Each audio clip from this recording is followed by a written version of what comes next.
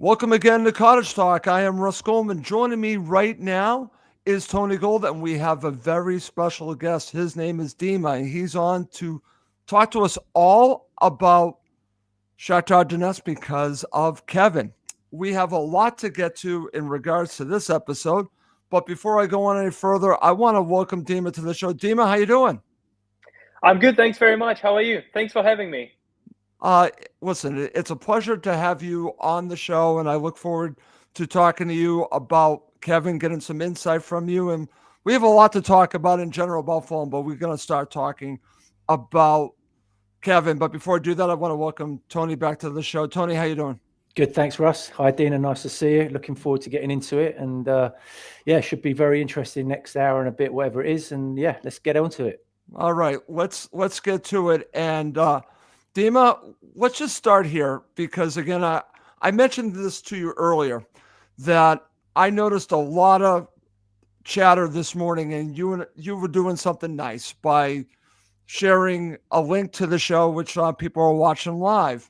And there were some people that were saying, "Well, it's not going to happen. He's going to go to Sporting Lisbon." And you stuck by what you believed and what I believed, that he would become a Fulham player. So what did you feel so strongly, before we talk about Kevin, that the deal would end up happening with Fulham and not with Sporting Lisbon? Um, to be honest, I'm just very familiar with how the club works and how renegotiations work in 21st century. Because what I knew, as a matter of fact, just from the open sources, by the way, I'm not an in the know type of journalist or anything. Right. Is all I knew is that Fulham were the only team that ever made a bid for Kevin in this transfer window. And if you just think logically, let's say Sporting Lisbon were to come in and bid on Kevin. Well, first of all, I assume they would have bid 40 million euros because that's more or less what Fulham have bid. And their highest signing is 25 million euros. So what I'm led to believe by people on Twitter is that Sporting Lisbon decided to go for the biggest spending spree in their history on the most expensive player on the deadline day, just because they think he hasn't agreed some minor details with Fulham. Right. I thought I didn't want to use this language on Twitter or X, I suppose, but I just thought it was outrageous that people even suggested it and actually fully believed to it and stuck to it. And there were people saying that because Kevin posted a picture on Instagram which had European plug sockets, that he's not coming to Fulham, and I was just thinking, God, what's going on? And if I may add another thing also, when it comes to anything Shakhtar related, the best source by far is Fabrizio Romano, and he's always on top of things because he has a very good relationship with Shakhtar and the club executives, because they established it during the time of Mykhailo Mudrik's transfer to Chelsea. So I knew if Sporting were really interested, Romano would have reported it instantly. So this led me to believe that everything reported from Sporting is just agents playing around, really. Okay, excellent. All right. So back over to talking about the player itself. So just tell us the type of player Fulham are getting here. So Fulham are getting a player who is incredibly creative and brave. So he always looks to beat his man one-on-one. And I know you and your viewers might remember, like about maybe 10 years ago, there was an ad called Risk Everything by Nike. And there was like that the football is turning into this boring game where everyone passes it around, and it's become true, unfortunately. But Kevin is the opposite of that. He always tries to beat his man. When he is isolated one-on-one, he will always try to take on his man, sometimes even on two players, and he does it surprisingly well and surprisingly successfully as well. But also worth noting that he does not actually get bullied. So, right. He can get tackled, very hard tackle by a big defender or something, and then maybe he can lose 9 challenges, 9 take-ons, but then on his 10th challenge, he remains undeterred, beats his man, and puts it in the top right corner. So that's what I really like about him, to be honest. So yeah, to be honest, when you imagine a Brazilian player, that's what he's going to be like. Just very technically able, very creative, and very attacking minded. What I really like about him is also his finishing. So when he first joined us 1.5 years ago, he was very raw and unpolished in this regard. But it improved massively. And he actually hasn't scored that much for us. But if you look at the highlight reels on YouTube, you'll see that most of his strikes are not just tap-ins. It's beautiful curl shots to sort of far corner of the goal, which is really great. And it's great to see him improve in that regard. What I think is very, very worth mentioning as well is he has an absolutely unbelievable work rate. So I looked up some of his stats, and it turns out that in the Champions League last year, he did 12 tackles, which might not sound a lot, but we are an attacking-minded team who try to keep the ball quite a lot. So I think stats show that as an attacking winger, he works very hard. And I urge you to find this video clip. I can send it to you later if you want. That in his very last game for Shakhtar, we were, without going into too much detail, we were going to overtime because it was 1-1 at the 90th minute, and then their striker was through on goal, so he dribbled past our goalkeeper and was ready to finish it, and then Kevin just came flying in with a sliding tackle and just got the ball out with the player. And it's something you actually see very rarely in Brazilian players. They sometimes tend to be, I hate to say, but they tend to be a bit lazy when it comes to their defensive duties, but that's not the case with Kevin. And in my opinion, when Fulham play against maybe the top 6 teams, it's going to be so essential that he tracks the overlapping fullback runs, that he defends, and I can guarantee you that that's what will happen. And he will get lots of applause from Craven Cottage from these tackles and contributing defensively, because I know the fans love it so much. And last thing that I really like about him that I want to say is his mentality. So currently the Ukrainian league still goes on despite the war, but there's a lot, basically teams exclusively travel on by coaches. And to go abroad for a European match is also very difficult because the team have to travel 7 hours by coach, cross the border, and then hop on a flight and then fly to a game. So it's not really difficult to play in these conditions, and to thrive in them is something very, very special.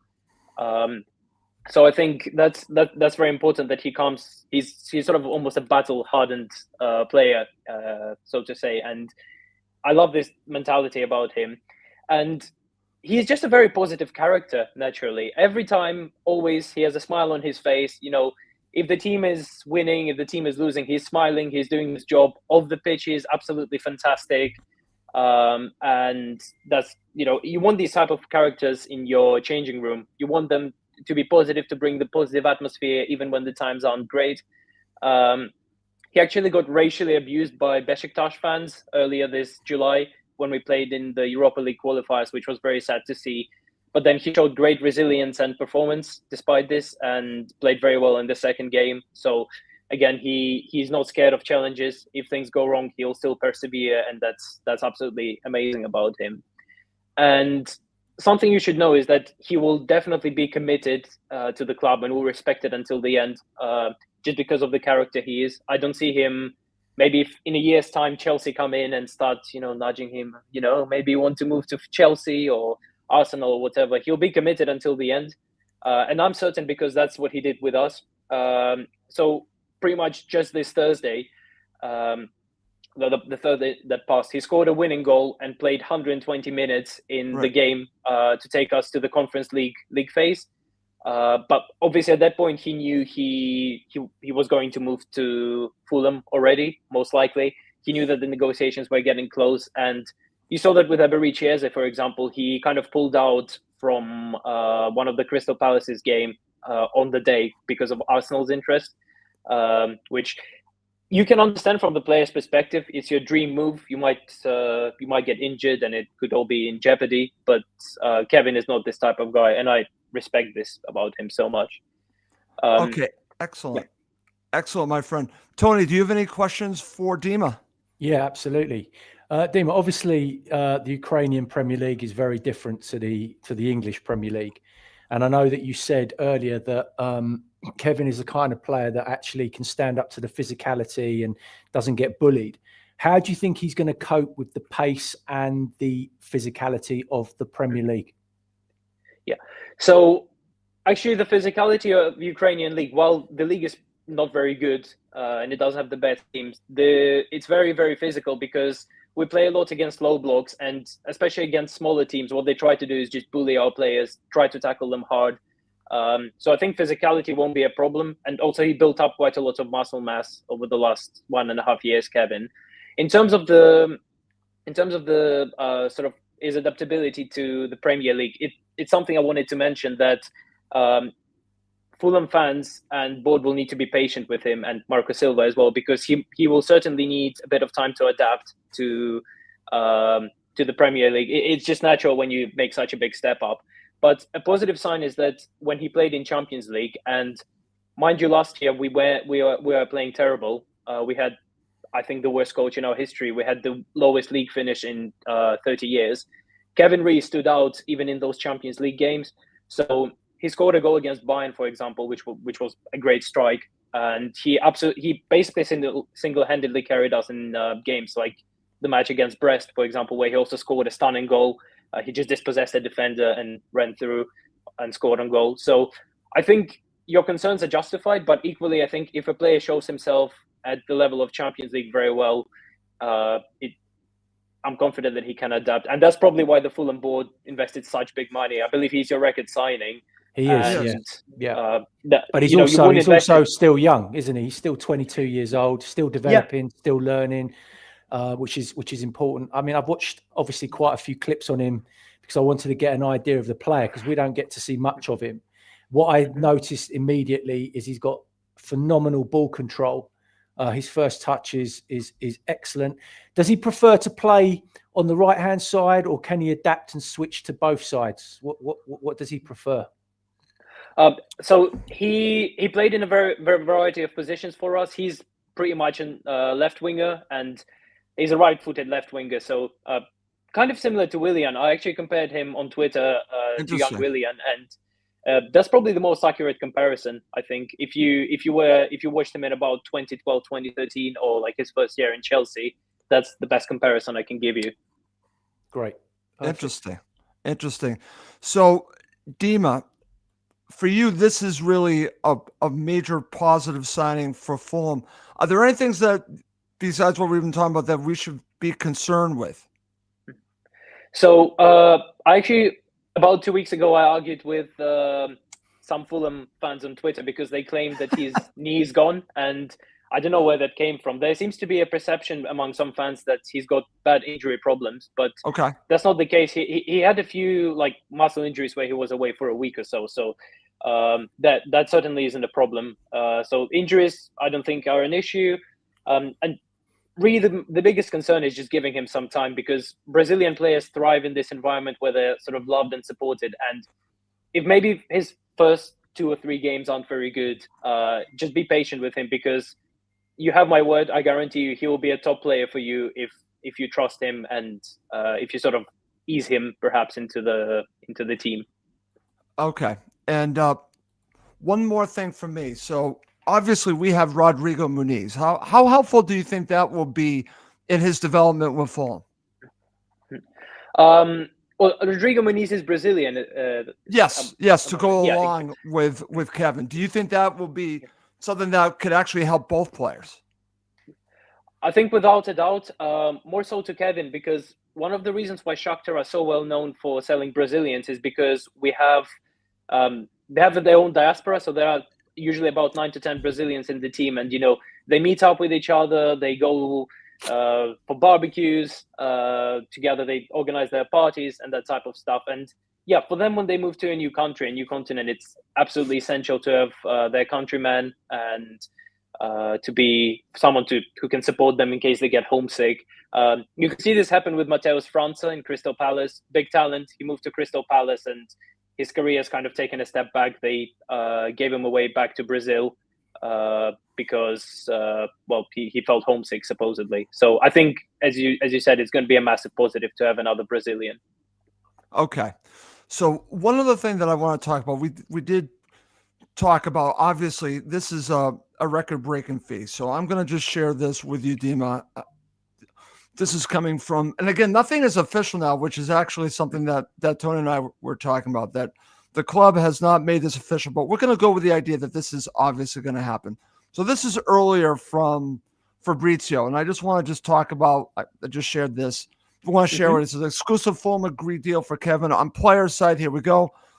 40 million euros plus 5 million euros add-ons, long-term deal. Agree with Kevin, and deal sealed now. Now, I just saw someone just chime in saying that that they didn't get enough for Kevin. Your thoughts? Do you mean that Shakhtar didn't get enough for Kevin? Correct. Yeah. I think that's a fair value, to be honest. At the end of the day, Shakhtar are actually very difficult to negotiate with because we always perhaps overvalue our players. So that's something worth keeping in mind. We're notoriously known in Europe for that. But also, we haven't actually sold a talented Brazilian since 2017, which was was it 2017 or 2018? Yeah. In any case, a while ago, we sold Fred to Manchester United, and that was the last big sale. So we kind of need to once again become this club that is known for selling Brazilians that actually end up being incredibly successful.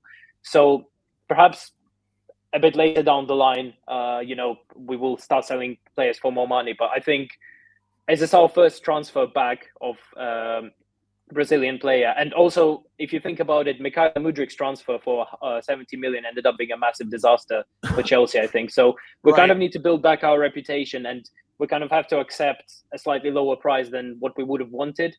But in my opinion, and I think lots of fans, Shakhtar fans, will agree with me, that's a fair deal for both sides involved. Okay, and I'm just going to keep sharing some comments. Here's one. Can Kevin speak English? That is a good question. I'd imagine, well, the way communication works in Shakhtar, especially last year, we had Marino Pušić as a coach who speaks fluent English. My understanding is that they communicated in English directly with the players. So maybe he's not fluent, but at the very least, his understanding of football terms is definitely up there. So I'd imagine he speaks good English. Okay, excellent, great stuff. Listen, you've been great, Tony. Do you have any other questions for Dima? No. Listen, I'm excited. I think that obviously there always comes a big expectation. Obviously, providing it all goes through and everything's hunky dory, there's always an expectation when we had it last year with Emil Smith Rowe, when the club broke their club record, signed him from Arsenal, and it never quite happened for him, and it still hasn't quite happened for him. So I think what you said about being patient, I think is absolutely the key point here, is that if we do get it through and he does join, it's a case of being patient. But the thing is that this season Fulham haven't got the time to be patient, if that makes sense. He's got to come in and hit the ground running, because we don't have that luxury at the moment because of the way that we've started. You can get dragged in very, very quickly, and it's very important that the club and the team and the players start picking up points. So if he comes in and he's electric and he does all the things that you're doing, the fans will love him, and they'll take him in. But he hasn't got a season to adjust, if that makes sense. Of course, yeah, and that's fair enough. But I don't expect him to take that long to adjust, because when he came to Shakhtar, he was still basically an under-20 youth player. The first few games he looked a bit shaky, and lots of people were asking, like, who did we sign? What is going on here? But I think it took him about 2 months before he became a regular starter and actually the team leader, which is actually quite a quick term. Because I think when, for example, some other Brazilian players came to Shakhtar, it took them years and years to adjust. But it wasn't the case with Kevin. And because he already adapted so quickly, so successfully once, I'm confident the next step he can also do. Yeah, great. Looking forward to seeing him. Okay, great. Oh, you won't regret it. It will be fantastic. We'll see. Now you're getting me excited, Dima. One final thing, and we talked about this. I saw someone just tweet out, watch some video, compared him to Neymar. Is that too high praise, or is that fair? Possibly. In different ways, yes, and in different way, no. So obviously, he's just a typical Brazilian player who takes on his man, and who's very skilled technically. Compared to Neymar, I think his defensive work is a million times better, because have you ever seen Neymar go back into his own box and tackle an attacking player? No. There's your answer. So I think he's almost tailor-made for Marco Silva's football as well, because I watched you guys a bit, especially the game against Chelsea. I thought that VAR call was unacceptable. Thank you. Unfortunately, but yeah, things happen. Okay, I do have a question. Dima, can Kevin take set pieces? Yes, he's not fantastic at them. He was taking, I believe he was taking corners for Shakhtar. So he does have a really good crossing ability, that sort of curled fast ball. Okay. With taking direct free kicks, he can be very hit and miss. To be honest, at Premier League level, I don't think he would probably be allowed to take free kicks. But with corners, quite possibly, I can imagine that he's quite good at them. Okay, excellent. All right. Dima, I can't thank you enough for joining us today. And actually, everyone that listens to your podcast, thank you for all of you for watching and listening, and those who listen afterwards. I really appreciate that. Please tell everyone how they can find you, Dima. Yeah. So yeah, if you go on X, Twitter, whatever you want to call it, just type Miners Weekly. That's my page. Or on Instagram as well. I have an account. Yep. So yeah, that's Miners Weekly. And I just wanted to say also a big thank you to all the Fulham fans that I've interacted with on X today, because you've been so supportive and you stayed with me until the end. I really appreciate it. If you're tuning in now, it's been amazing to interact and talk to you guys. And I really hope to go to pay you guys a visit at Craven Cottage one day. You really Always should. Welcome. Always welcome. I can tell you, they will welcome you with open arms, Dima. Seriously, they will definitely welcome. Just tell them who you are, and they'll want to talk to you. Okay. Thanks very much. Thank you. So again, thank you so much. And again, this is Dima from Miners Weekly. We really appreciate Dima. Have a great night. Okay. Thanks very much, and thank you for having me. It's been a pleasure to talk about my favorite player. That's great. That's great. Okay. Dima, have a good night. And we're going to continue talking about the other players. We'll talk a little bit more about Kevin. Thank you very much.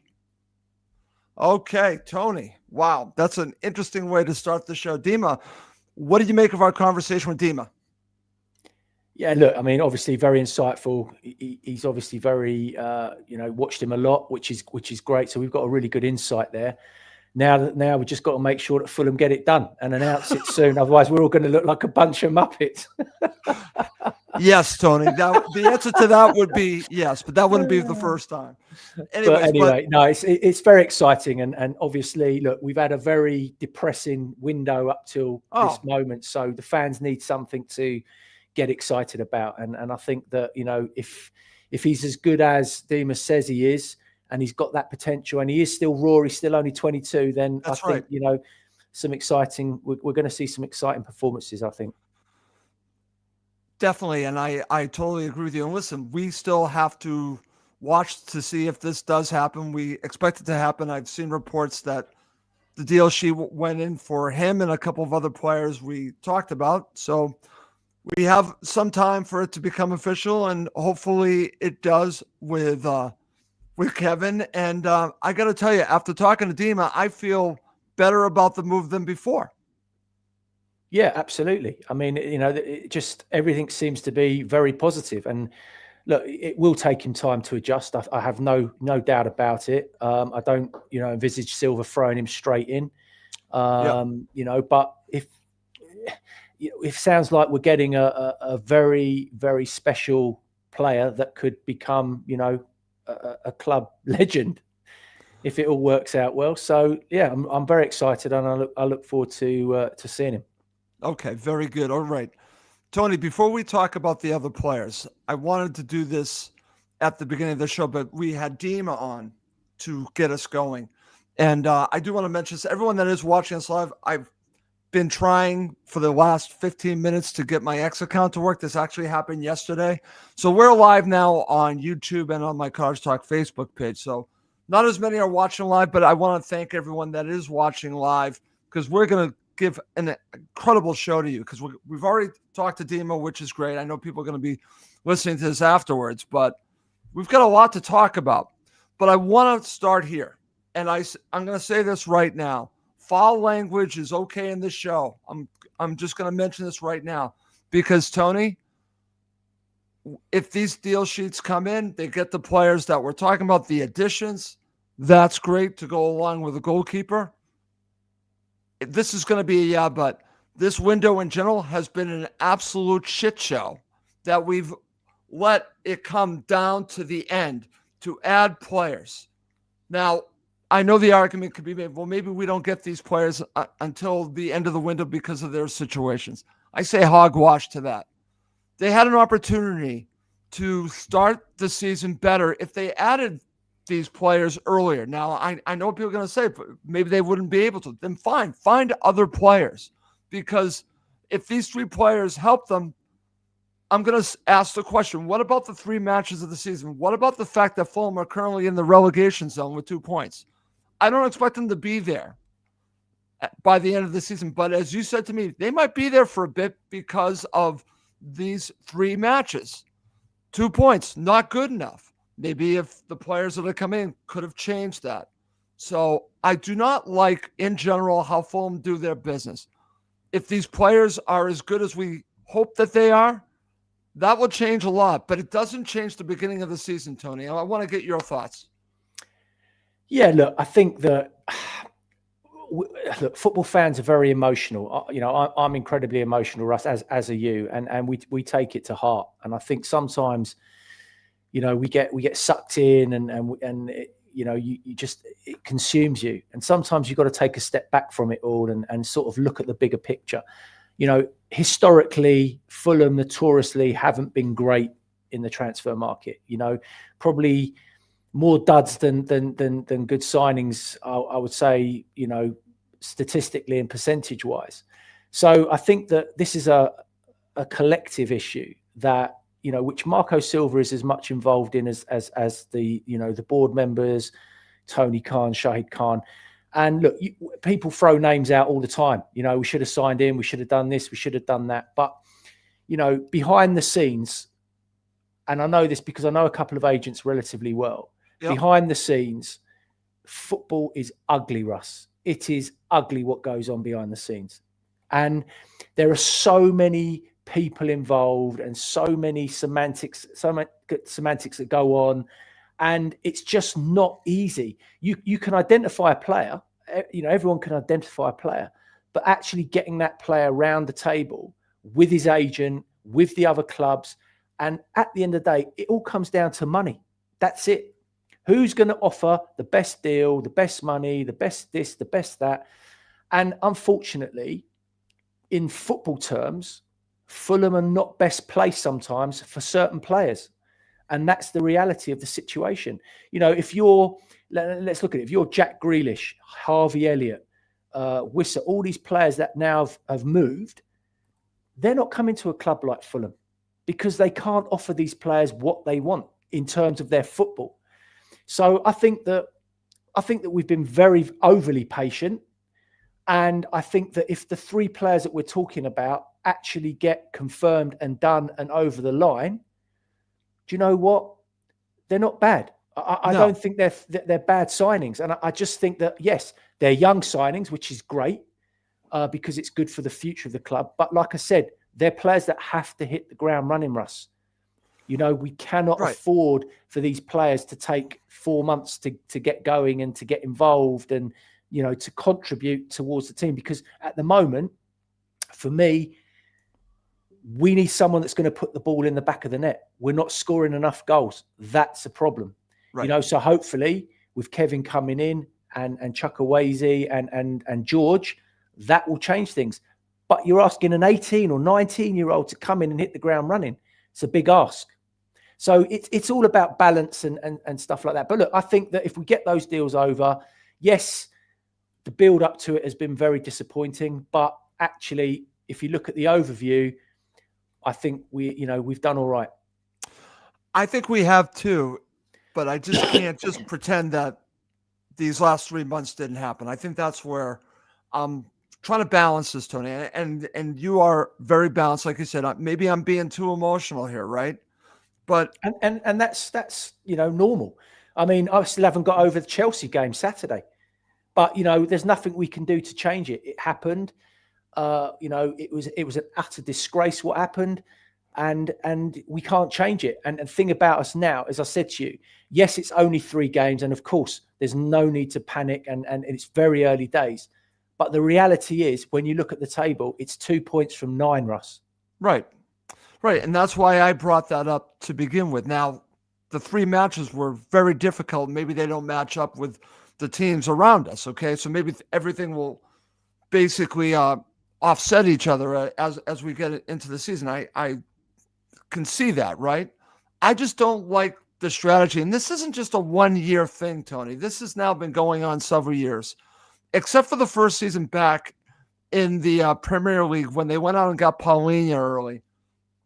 I saw a more aggressive team back then signing players. Now I'm seeing basically a business model and trying to take advantage of the market at the end of the window.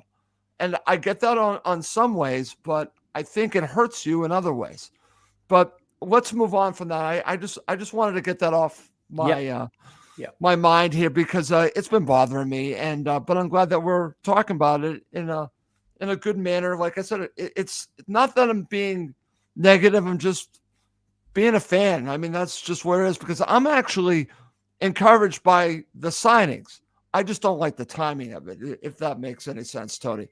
So let's move on. Let's talk about another player. There are 3 that we're really going to highlight. There might be a 4th. Okay, I'm going to mention there might be a 4th. But let's talk about Samuel Chukwueze. Now, like I said, a deal sheet's been put in. So reportedly, Fulham are signing Samuel Chukwueze from AC Milan. This is what I'm going to tell you about him. I've watched some stuff on him. I talked to Steve Reynolds, who watched him play for Villarreal, and he thinks we got quite the player here. And again, we got 2 direct wingers now. A good crosser of the ball, just like we heard about with Kevin. That's what Chukwueze offers us as well, Tony. And what do you make of this? I believe it's a loan with an option to buy. What do you make of this situation? Yeah, I think it's an interesting one because I think that with and again, I haven't seen enough of him to be, to give a sort of a massive overview on him. But what I do know is that in the formations that he's played in, whether it's been a 4-3-3 or a 4-2-3-1 or even a 4-4-2, he can play on both the right flank, the left flank, and he can play in the 10. And I think that he's one of these players that obviously has had a lot of potential, having been at Villarreal and then obviously AC Milan. But for some reason, he hasn't quite fulfilled that potential. And the question mark for me is why? Why hasn't he managed to become that player that everybody thinks he can be? And I'm always weary about these kind of players because, coming to the Premier League, it's a massive eye opener for certain individuals. Right. And this has got a Serie Anguissa type of feel to it. And, I'm obviously going to reserve judgment for now because I want to see him play. I want to see him, involved and see what he brings and what he contributes. But, I don't know whether there's an attitude issue here, whether he's slightly lazy, but, we'll find out soon enough. And again, obviously nothing confirmed officially yet. But we're hoping that one, goes through. And again, I'm looking forward to seeing him. I'm looking forward to seeing what he brings. And he's obviously got a fantastic opportunity to kickstart a career that might have stalled a little bit.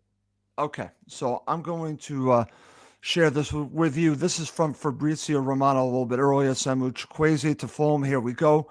Deal agreed on initial loan with buy option clause, not mandatory. Total package could reach fee over 25 to 26 million pounds. He's now at Fulham training ground after medical is already done. So if they do decide to buy him, that doesn't seem like a bad fee, Tony.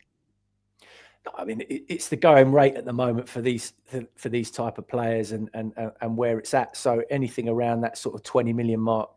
But again, look, let's see what he brings to the team as an individual and obviously as a collective within the formation that Silva wants.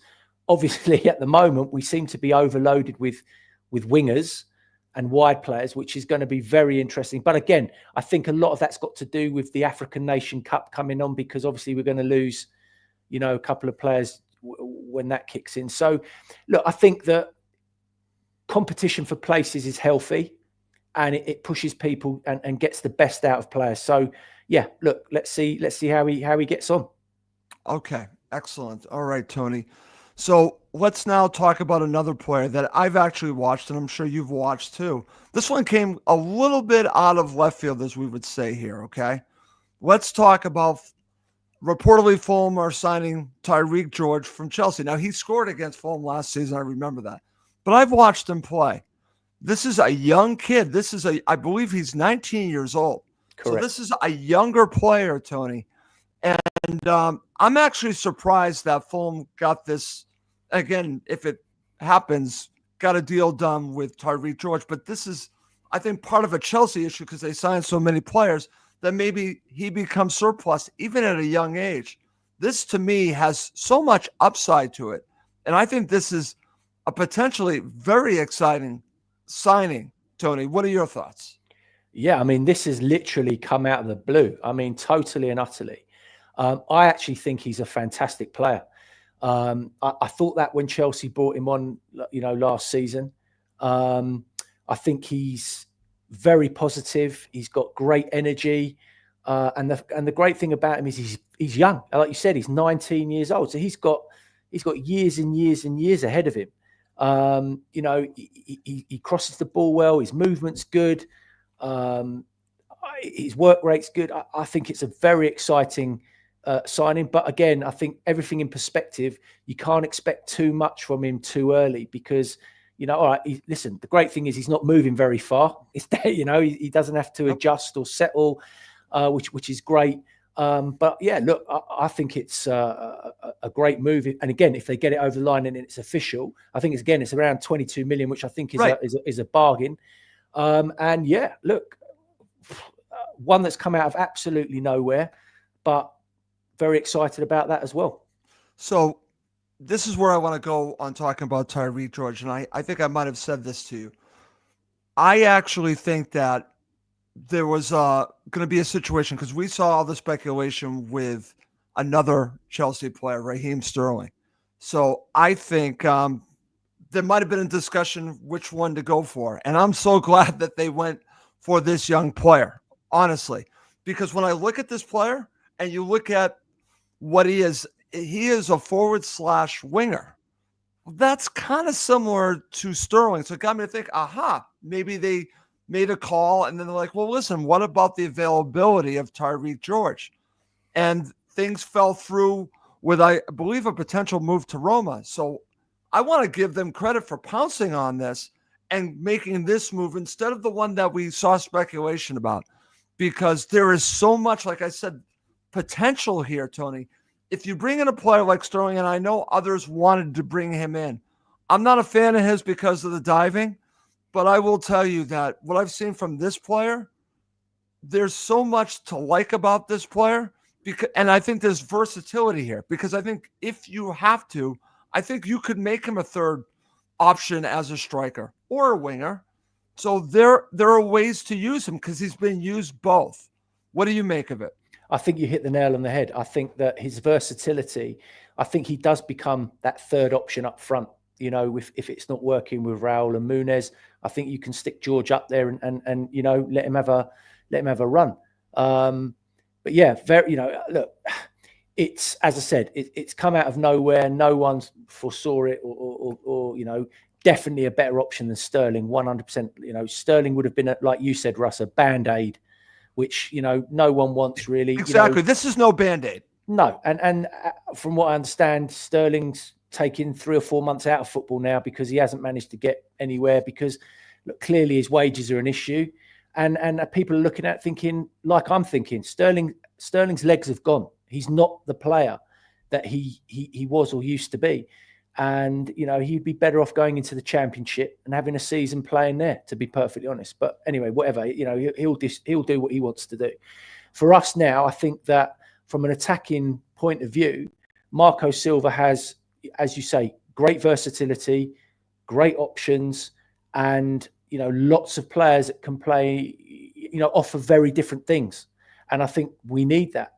I still think we're a little light defensively, if I'm honest. And I'm a little bit worried when Calvin Bassey goes on the African Nation Cup. I know Diop and Cuenca are there and can come in and do a job, but you need players that can do more than just the job, as you know.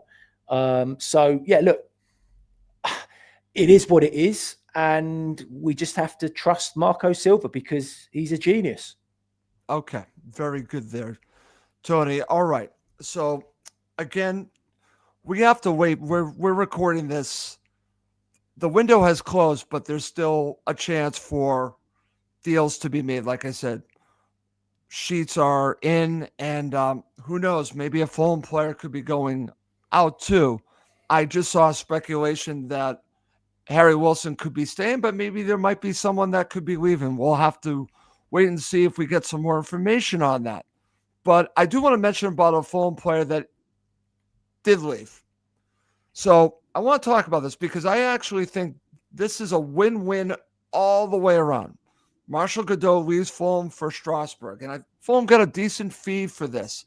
And here's a young player, you and I have talked about this, that I think has potential, but I'm not sure if it's Premier League potential. I just don't know if it is.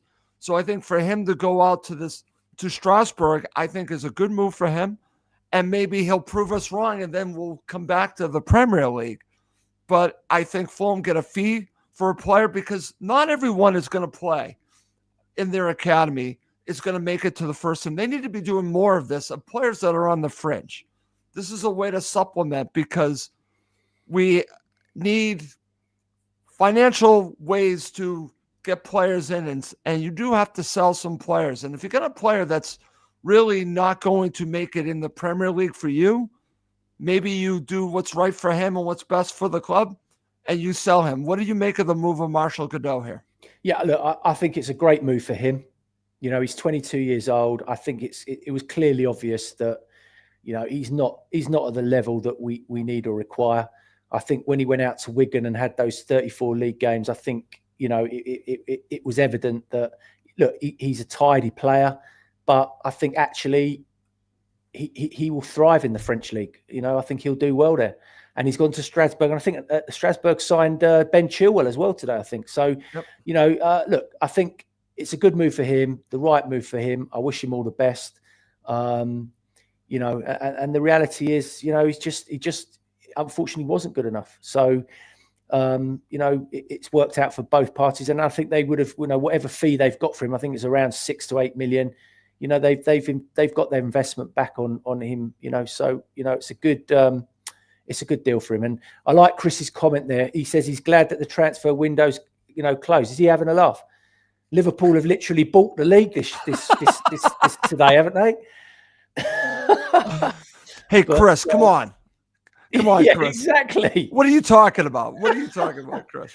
They've only spent nearly £1 billion on players. But no, listen, it's good, and I'm pleased for him, and hopefully he does well out there. I hope he does well. Okay.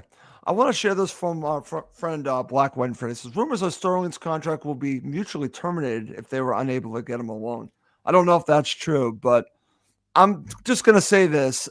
Again, I just think that Fulham did the right thing by bringing in a player that not only can help them now, hopefully, but can help them in the long term. Like I said, I just don't want the Williams of the world. And I know people don't think of Sterling in that way because he's only 30, but I just don't think his legs were there, Tony. You and I have talked about this.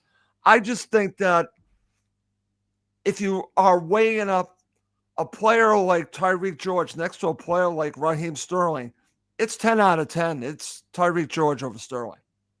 Yeah, all day long. Like I said, we're far, far, far removed from Sterling and what he offers and what he brings. We've got better already, and the notion that Fulham even considered allowing Harry Wilson to go and talk to Leeds United. We're going to talk about that. Yeah, okay, fine. So we'll come on to that. Yep. No, we're going to talk about that coming up next. Tony and I will talk about the speculation that Leeds United were trying to get Harry Wilson. Okay, Tony, let's get to it because, again, there was this speculation which surprised me today. When I first saw it, I thought there's no way, right? There's no way that they're going to let Harry Wilson go to Leeds United. It didn't make sense to me. But then when I saw that Fulham were bringing in a few wingers, and then it looked like it might be 3, Tyreek George might be winger / forward. Then I'm thinking, and I remember Matt Wall saying this, well, when we did View from the Hammersmith ending, because if you bring in all these players, someone has to go. And I do understand that. But it's funny because I'm a fan of Harry Wilson. I think he has something to offer Fulham still. So let's just say I'm glad that they rejected these offers. But if you're going to consider letting one of our wingers go, Harry Wilson is not the one you want to No, consider. I know who the right? one is. And there's speculation on Adama Traore. Yeah, Now, absolutely again, spot on. And I love, right. Look, I'm a big fan of Adama Traore. I know a lot of fans, he's like Marmite. You either love him or hate him. Look, he is what he is. We know what he is. But if you're going to let one of them go, then Harry Wilson, Adama Traore, which one are you keeping? It's a no-brainer. It's an absolute no-brainer because Harry Wilson contributes goals. And they are very rare. And, Adama Traore doesn't contribute goals. So, with all his blood and thunder and pace and everything else, his final end product is abysmal at times. So for me, it's calamitous if you're letting someone like Harry, especially as what he can do coming off the bench as well, Russ. Right. What the impact that he has. So, and to sell him to one of our relegation rivals or one of the teams that's going to be in there is utter madness. Utter madness. It didn't make any sense, honestly. And that's why when I saw it, I'm thinking, I think the player that I would consider because of if there's an overload would be Traore. Now, I just saw people still tweeting out, and I don't know. Again, we're doing a live show. If anything happens with Traore, I don't know if someone put in a deal sheet for Traore, but if Traore ended up going, I think I would understand. I don't want the player to go, but if you need to make room for all these wingers, someone is going to get left out in the cold. And honestly, I do like Traore.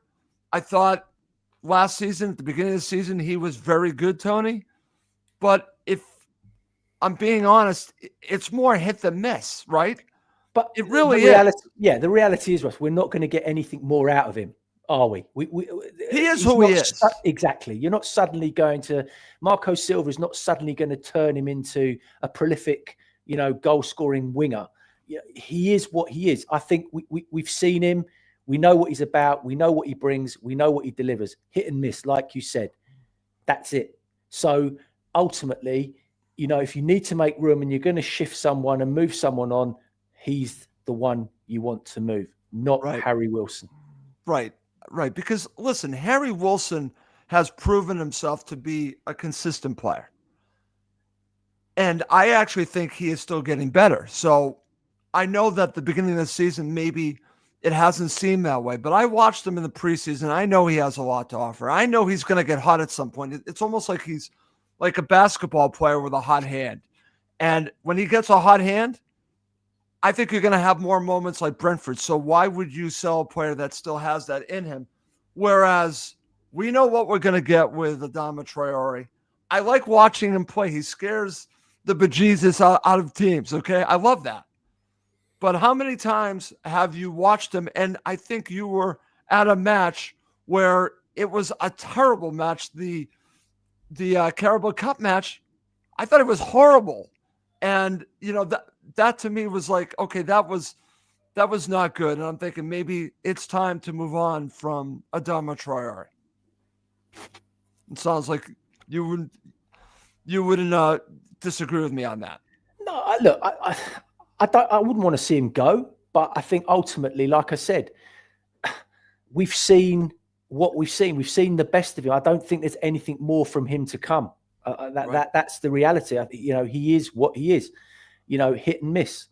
And at the moment, where Fulham are at and where we want Fulham to be, he isn't going to be that player.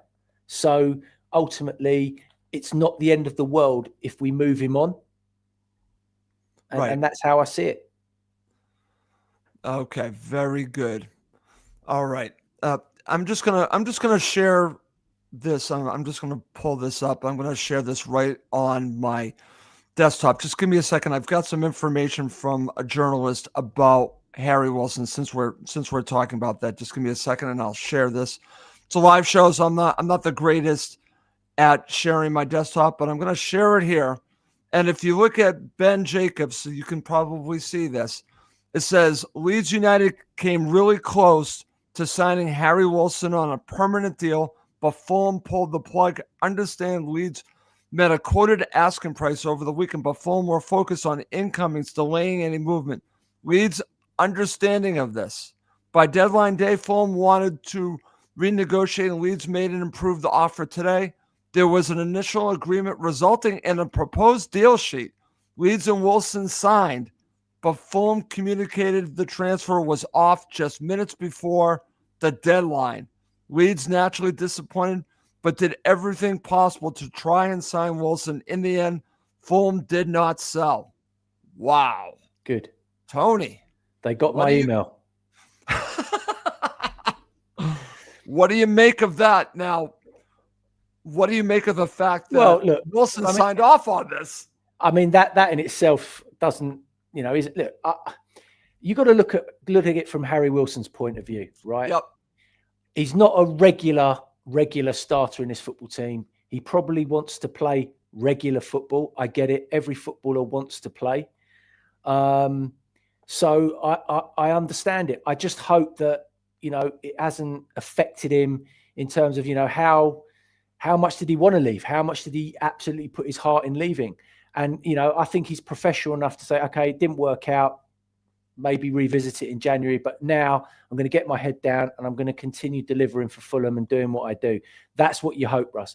What you don't want is a player that's going to start feeling sorry for himself and, switches off and then doesn't start delivering. That's what you hope doesn't happen. Well, I don't expect that, Tony, because he's been a professional. He still, I know, has a strong affection for the club. So I don't think that's going to change. I think he'll end up being fine. But I just saw, a tweet. Again, this is coming from a journalist, so let's just call it what it is. It's still speculation because it comes from a journalist. But if he did sign off on it, he'll just have to get over it. And I think he will get over it and be professional and score goals for Fulham once again. So in the end, it's a good thing for us. It's just scary how close that came, Tony. And what's interesting is that, we don't get to really know all the ins and outs. Fulham really do a decent job of keeping things under wraps. The fact that they had been talking over the weekend and there was really nothing on this until today, that speaks volumes how Fulham kept that really quiet. Because there was nothing about this until this morning, Tony. No, and that's how the transfer deadline day works, Russ. There's conversations, and clubs are being contacted, players are being contacted all the time. And look, what are we? We're now an hour and 25 minutes over deadline day, and Fulham still haven't announced any signings at all. No. So, maybe they're getting the players in their photo shoots and getting all that jazz done and what have you. But I would imagine so. And that's probably the delay here, to be honest with you, Tony. It probably has to do with that. And I will cut them some slack on that, Let's see. Oh, okay. So we've got, and I've seen this, and Chris said this. I would say that Wilson will be in Yorkshire by January. We'll see. I don't know. We shall see if that is the case. And Chris says the same thing. But you know what? He's a Fulham player right now, and we'll just leave it at that. Yep. All right. I was hoping to have an official announcement, but we have not had one, and we are literally an hour and a half, almost an hour and a half since the deadline closed. And I know it'll probably happen after we go offline, Tony, but let's just review, and then we'll end the show. Just overall thoughts. I know how I started the show. I was being very upset by overall how the window went. But now, reflecting back as we talk to the players, I feel much better about the Kevin situation after talking to our friend.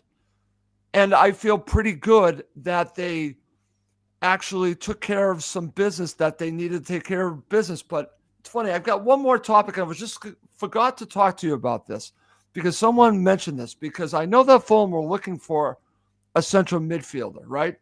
They did not get one according to what we're seeing. But I have a feeling that they have a plan for that. And I want to run this by you. I actually think what this means, because Kevin's going to be your left winger, right? Chikwueze will probably be your right winger, with Ryan Sessegnon probably trying to break in there and coming off the bench, or maybe Ryan Sessegnon will have a role there. I don't know. They'll be vying for that position, but I see the left side being Kevin's position. So what does that mean for Alex Iwobi? I think he moves inside as your number 8 eventually. I think he'll still play Berge and Lukic, but I think you're going to see more of Iwobi inside. What do you think? Yeah, it will certainly be interesting. I'm more inclined to think that, Kevin and well, all the signings, to be honest, are there as Iwobi's off. For 2 months, he's going to miss 2 months of the season. Right. So, we're not going to see, too much of him in that sort of period anyway. But yeah, look, Iwobi can play that role, Ross. I'm not a big fan of him going in there because I just think that I just don't think he offers you enough defensively.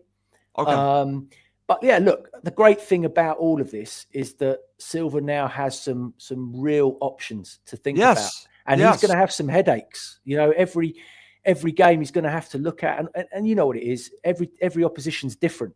Right. You can't line up, attacking all the time, especially against the sides like Liverpool who have strengthened, Aston Villa who have strengthened, Arsenal who have strengthened. All these teams, you give them an inch and they are going to punish you. So ultimately, he's got to be very balanced in his decision making in terms of how he sets the team up, and I think again it's going to be a lot of how impactful a player is going to be coming off the bench, Russ, when we have to make substitutions in certain games, because it was vital. It became a critical aspect of us last season, and I think it's going to be very, very important again this season. Okay, very good. And listen, I think being flexible and playing against the opponent, certain players playing against the opponent, I think it's actually really good here because he has more toys to play with now. And I think that's only going to help us.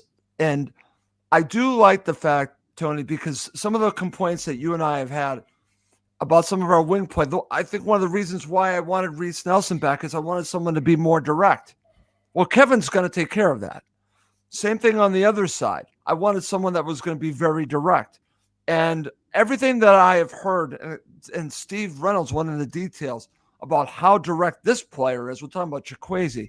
So now you're going to have, I think, more options going forward, more attacking options going forward, Tony, than I think we've had in the past. I think a lot might change. I don't know to the level that it changes, but I think Fulham are going to look different and be more attacking minded. I think more of what Silva wanted, Tony. Look, the more simplistic way to look at it is, Russ, is this. What wins football matches? Goals. Correct. Goals. That's in its simplest form, that's what wins football matches. Goals. So, Fulham don't have enough players that contribute to enough goals. They just don't. So if Kevin comes in and Chikwueze comes in and George comes in and they contribute to goals, that can only be a good thing. Because ultimately, at the end of the day, you've got to put the ball in the back of the net to win a football match. And obviously, try and keep it out at the other end, which, we haven't been, great at recently. And certainly if we continue with zonal marking, it's something that we'll never sort out. So, it's that simple. We need players to start contributing towards goals. Harry Wilson contributes towards goals. Why would you get rid of him? It's that simple. And that's the mindset, and that's where we need to be. Okay. Tony, you want to keep going for just a little bit longer? Absolutely. Okay. The reason I'm saying that, just give me a second, because I just saw a tweet from Peter Rutzler that I actually want to share, because you know how I mentioned that Fulham might have brought in a young striker? Yep. Well, I'm going to share this with you now. I'm just going to pull this up from Peter Rutzler. I just noticed this. And so I'm going to share this now on my desktop. Just give me 1 second so I can share it with you. I don't know a lot about the player. I read up about him a little bit before we went live in case this is going to happen, but I'm actually just going to bring this up to you And again Steve's live. just confirmed that Chuckways has been announced by the club, Ross. So that's what was done. that? Chuckways has been done. Chuckways has been done. That's great. Okay, let me just see if I can find the other one while I do this. Okay, so I'm actually just gonna share this with you. Just give me 1 second. And here it is. So this is from Peter Rutzler. It says, I'm told deal sheets are in for Tyreek George and Jonah Kuse Asare. Jonah Kuse Asare is a young striker from Bayern Munich. And what I read earlier, that it would be on loan with no option to buy. And apparently this is an up-and-coming striker with Bayern Munich, and he needs time to play. Now, if they were able to get that in, Tony, what are your thoughts about bringing in a young striker? Yeah, well, again, he's I think he's Swedish, isn't he? He's Swedish, yes. Yeah, and I think, again, he's only 18 years old. I mean, what are Fulham signing young players? What's going on? All of a sudden, right? Look, I mean, it's one of these unknowns, isn't it? He's only played one game in the Bundesliga, I think, for Bayern. Right, here it is. So, yep. Look, I'm all for it. You know, I'm you know how I feel about having young players on the bench and giving them opportunities. And you know, I know absolutely nothing about this kid, what his strengths or weaknesses are. But look, at the end of the day, you know, he's young. He's playing for a very, you know, one of the best European teams in European football. So, yeah, look, get him in. Let's see what he's about. Okay, and I just actually retweeted the Chukwueze. So Chukwueze's official. It's official, Tony. So that is big news. We actually were able to talk about one that's actually official, and that's Samuel Chukwueze. But again, he's a Nigerian, isn't he? Russ? Yes. Yes. So guess where he's going? Guess where he's going for 2 months. You know, I mean, this is crazy stuff. This is crazy stuff that now we have 3 players that are going to be going to the African Cup of Nations. So it is what it is, man. Exactly. So Steve Reynolds says Kuzi is massive but raw. So there you go. I don't know enough about him, but if they got him in, massive and raw is good. Massive and raw is good because it's always the unexpected. Exactly, always the unexpected. So all for it. Right. Going back to talking about Kuzi Asare, again, young player. The only thing that I saw before we did the show that there is no option here. That is, it's just basically Bayern Munich trying to get the kid some playing time, and I get that. But in this case, I'm fine with it. You know, maybe the kid falls in love with the club and they can make a deal, and they kind of owe us one, I want to say, for you know who, for Paulinho. So maybe we can work something out there. So anyways, I'm not giving up on if this player becomes a player on loan and does well, I wouldn't give up on the fact of Fulham trying to make him a permanent player at some point. But there is no option there, apparently, and that's not great. You know, and we'll end with this. This is funny. Maybe Fulham should just play in the AFCON. Yeah. Maybe we should. But Tony, listen, we're going to end on a high talking about a signing. So at least we could talk about a signing. Final thoughts before we go. Yeah, look, it's great, exciting. We've got a couple of weeks to bed them in, which is great. Let's hope the Kevin deal gets done. Yep. Let's hope the George deal gets done. And then, as I said, they've got 2 weeks to join up with the club over the international break. And then it's going to be a very, very exciting and hopefully great atmosphere at the Cottage when we host Leeds United in what is now a massive 6-pointer. No, I'm only joking. I'm only kidding. But, you know, listen, it's a big game and, you know, the place will be rocking and hopefully, you know, we'll start to see a bit of excitement.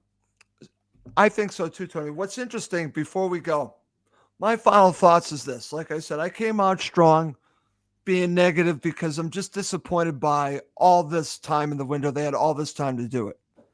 But if I'm being honest, even though I came out and said they've only have 2 points, that's the reality.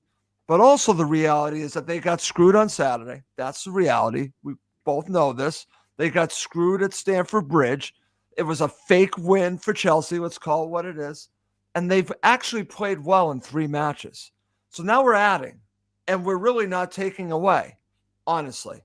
So things can only get better. Howard Jones said that one time. things can only get better. And I actually think in this case, they are going to get better.